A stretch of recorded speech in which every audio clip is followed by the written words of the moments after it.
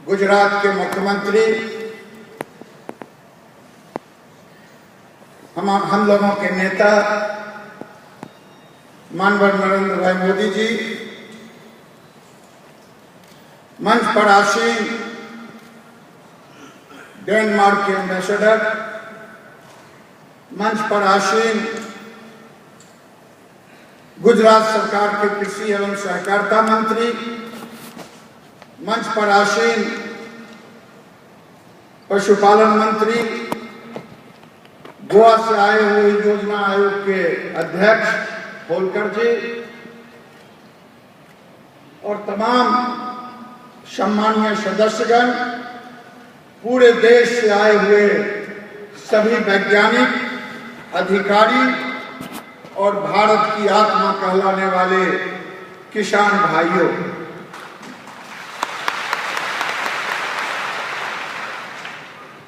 मुझे खुशी हो रही है कि मैं आज उस महामानव की जन्मभूमि पर मैं नमन करने आया हूं। महात्मा गांधी के जन्मभूमि कर्म भूमि से उठ करके जन्मभूमि तक आया हूं, नमन करने के लिए आया हूं, क्योंकि उनका यह जन्मभूमि रहा तो बिहार की धरती महात्मा गांधी का कर्म भूमि रहा और वो महामानव उसी से जाने गए। मित्रों, ये 2 दिनों का कार्यक्रम केवल गुजरात ही नहीं बल्कि पूरे देश को आगे ले जाने का काम करेगा, ऐसा मेरा मानना है। क्योंकि देश के नीतिकारों ने आजादी के बाद से कहते तो आए कि गांव, भारत की आत्मा गांव में बसती है, लेकिन जहां 70% लोग थे वहां आज घट करके 42% पर आ गए। निर्भरता घटते चली गई और मैं आज इस मौके पर स्वर्गीय लाल बहादुर शास्त्री को याद किए बगैर नहीं रह सकता, क्योंकि उन्होंने ही जब मैं ये शब्द का प्रयोग तो नहीं करना चाहता, अमेरिका के आगे कटोरे लेकर के भीख मांगने जाते थे PL 480 के तहत, और जब सड़ा हुआ गेहूं उन्होंने देखा, लौट करके आए, उन्होंने कहा मैं ये गेहूं नहीं ले जाऊंगा, क्योंकि भारत के लोग क्या जानवर से भी गए गुजरे हैं। इस स्वाभिमान का परिचय दिया। अधिकारियों ने कहा कि लोग खाएंगे क्या? उन्होंने कहा कितने दिनों का अनाज है? कहा कि 7 दिन में 6 दिन का। कहा चलो, और लौट के आए। मुझे याद है कि मैं छोटा सा स्कूल का विद्यार्थी था, उन्होंने रेडियो से जब अनाउंस किया कि भाइयों, देश के मुसलमान, देश के हिंदू, मुसलमान भाई रोजा अपनाते हैं, हिंदू भाई एकादशी करते हैं, हमारे पास अन्न का संकट है, खाद्य का संकट है, हम एक दिन भूखे रह जाएंगे, लेकिन लोगों से हाथ नहीं, भीख नहीं मांगूंगा। और लाल बहादुर शास्त्री के उस संकल्प के कारण आज हम कृषि के क्षेत्र में उन ऊंचाइयों पर जाने का काम किया। मैं स्वामीनाथन जी को भी नहीं भूल सकता, लेकिन एक भूल हो गई देश के कर्णधारों से। उन्होंने कृषि के क्षेत्र में तो अपना बहुमूल्य योगदान दिया। मैं आज गुजरात के मुख्यमंत्री को धन्यवाद देना चाहता हूं। उन्होंने एक तरफ औद्योगिक क्रांति लाई तो पूरे देश में कृषि के भी उत्पादन को बढ़ाने का काम किया।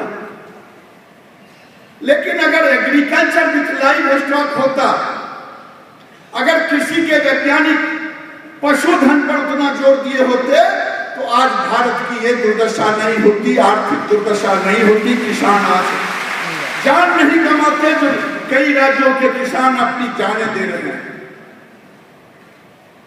आज मैं निवेदन करूंगा यहाँ आए हुए वैज्ञानिकों से, पूरे देश और दुनिया से आए हुए वैज्ञानिकों से, कि एग्रीकल्चर विथ लाइव स्टॉक यही बिहार का प्राण होगा और इस पर आपका मार्गदर्शन चाहिए। जब हम यहाँ से 2 दिनों में जाएं तो आप मुझे एक रोड मैप दें।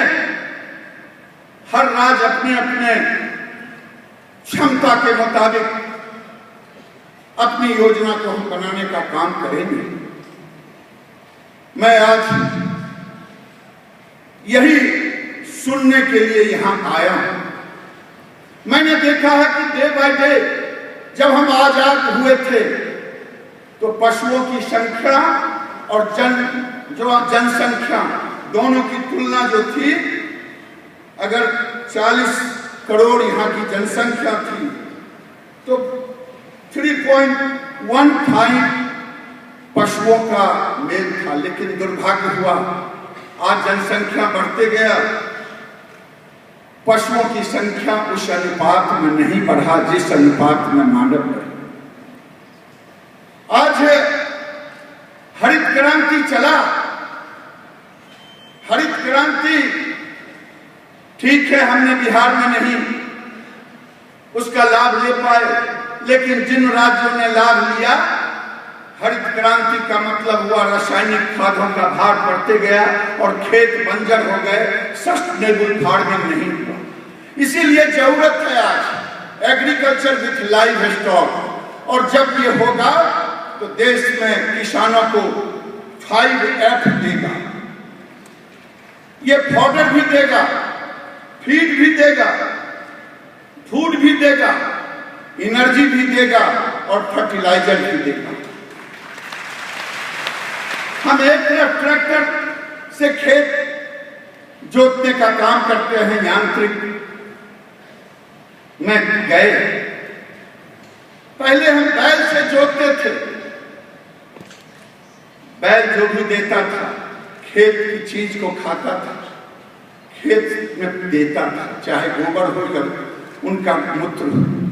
लेकिन आज ट्रैक्टर जब चलता है तो डॉलर खाता है, विदेशी मुद्रा खाता है डीजल में, और कार्बन उत्सर्जन करता है।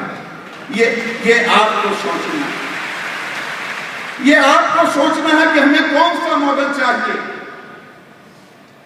मैं निवेदन करूंगा यहां बैठे हुए तमाम लोगों से कि आज हमने कॉपी तो की, डेनमार्क से, कई दूसरे देशों से हमारे नस्ल सुधारने के नाम पर हमने गाय को तो लाया, लेकिन पता नहीं गुजरात तो पूरे देश में अग्रणी है लाइव स्टॉक के क्षेत्र में। मैं धन्यवाद देता हूं इस धरती को, इस नेतृत्व को। लेकिन पूरी दुनिया को तो नहीं कह सकता। देश में